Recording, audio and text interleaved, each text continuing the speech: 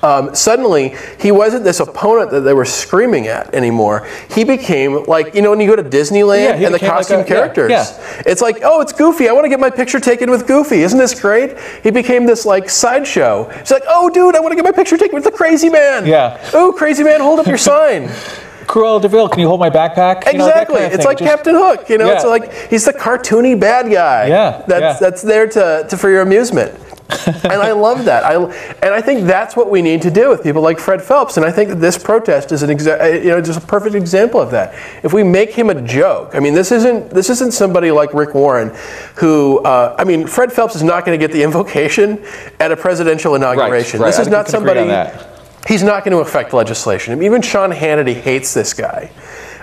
What we can do is make a joke out of him. We can make him something where he becomes this laughable little comic character that we go, oh, there goes fundamentalist man. Oh, he's funny. And I think we just have to keep doing that. I mean, he is a clown. Let's have fun with him as a clown rather than get angry. He wants you to get angry at him. He wants to be, because when you get angry at him, you reaffirm his notion that he's in this life or death battle against the forces of darkness and that you represent that force of darkness. Don't give him that. The best thing you can do to somebody who's like that, who takes themselves completely seriously, is to not take them seriously. Make them a clown. Make them a joke.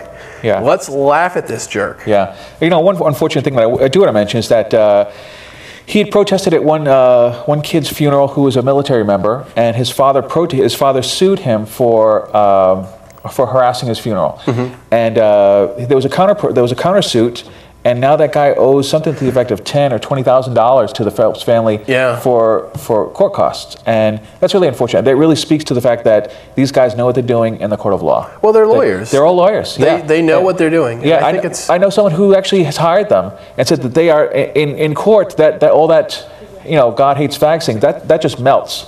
They are real. They are actually fantastic lawyers, very aggressive, and they know their stuff. Because I know he was like a civil rights attorney before he decided that civil rights were basically things you were bestowed upon by his dictatorial God. I mean, that's the thing, is you can see even when you actually look at the signs he has, he's not trying to change your mind. He says, God is your enemy, God hates you. It's kind of Calvinist in its sort of attitude that your fate is already sealed. You are going to hell, and I just want to rub it in. All right, what a dick. All right, so let's move on. The next one we have here is Florida Church sponsors International Burn a Koran Day.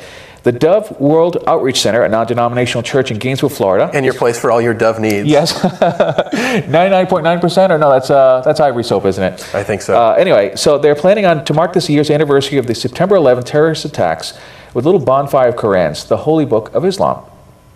They even have a Facebook page with a mission statement just to justify their actions. On September 11, 2010, we will burn the Koran on the property of the Dove World Outreach Center in Gainesville, Florida, in remembrance of the fallen victims and to stand against the evil of Islam. Islam is of the devil, they say. So the problem I have with this, I guess, is that it's okay to burn other people's books. You know, like that's one of the things that, you know, like when I hear a lot is being politically correct. Well, it's always political, you know, people actually deride being politically correct, but it's always against someone else's political correctness. Like if we burned Bibles, if someone burned Bibles, they'd be up in arms about that. Yeah, I find something funny about this is that, I mean, it's his free speech. He has the right. Absolutely. He wants to burn Quran. Yes. But I find the funny bit is that he's going to have to buy a ton of copies of the Quran and essentially give money to the sort of people that he's trying to stick it to. He can burn his own property. It's the same way if I burn a bunch of Bibles, I had to buy a bunch of Bibles for me to do that. I mean, this isn't, you can't make this essentially comparable to what the Nazis did, where they just gathered up other people's property to burn. Right, the Gideons are not putting Korans in hotels. So you can't get any free ones in the hotels. You don't. So I find it kind of funny that these are the first people who would freak out if somebody decides to burn a Bible. We'd be these horrible, hateful. Right. I mean, we're that anyways, but we'd be more so. Right. And I just find it such a waste of time and money to buy a bunch of stuff simply to burn it, unless it's, of course, firewood. Anyway. And seriously, it's like printed on rice paper anyways. It wouldn't burn for very long. You wouldn't get a lot of warmth from it. So what else do we have? Last story for the day. This comes from Australia, and I will give you the glossary of definitions in just a little bit. David Barker says he won't have a Muslim in Parliament after being dumped by Liberals. Quick thing to understand about Australian politics is the Conservative Party are called the Liberal Party, and the Liberal Party are called Labour. So it's worth mentioning that when they mean liberal, they don't mean small L liberal. Anyways, David Barker says a dumped Liberal Party candidate is refusing to go back away from controversial remarks he made about Muslims and the atheism of Prime Minister Julia Gillard. David, he's basically been replaced as the candidate in what's largely a safe Labour seat for their party. The Liberal State Party director, Mark Neame, said that Barker had not conducted himself in the way the party expected of its candidates for the August 21st election. Barker, who calls himself a man of strong Christian faith, reportedly used his Facebook site to accuse Labour of moving the nation closer to being a Muslim country. In a letter to local Christian leaders, he's seeking their support. He pointed out that Miss Gillard was an atheist and that his Labour opponent in Shifley, Ed Husic, was a Muslim. And basically what we've seen right now, he's basically made remarks, there shouldn't be a Muslim in Parliament, blah, blah, blah, I'm a Christian. But there's a lot of angry about that, about the comment, anti-Muslim remarks. But the thing that really stood out in this article, more than anything, was the lack of any semblance of anger, even from his political opponents, about the remark he made about atheists, that we shouldn't have an atheist prime minister. Nobody's getting angry about that. And if you really want to understand the sort of Christian privilege, or even just religious privilege that involves not just in this country, which, by the way, Australia is quite a bit more secular than the U.S. True. If you really want to understand the sort of really kind of almost default status that anti-atheist vibes put out there, it's really worth mentioning that nobody gets angry on our behalf when we're called things like vile, or we shouldn't be trusted with power, or incapable of morality. Nobody really gets angry on our behalf. Only atheists do. And I think that's something that we have to do. So the reason we have this show is just putting ourselves out there so that people realize, hey, we're normal human beings. Right.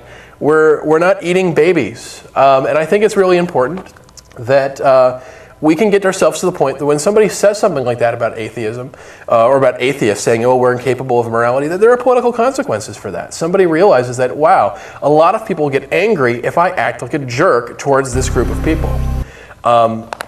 That's what I'm saying. I find it really funny. It doesn't come up once. They mention she's an atheist once, but every one of his defenses is about, oh, well, I'm not against Muslims. I just don't think they should have power. And it's just like, wow, that sounds like you're against Muslims.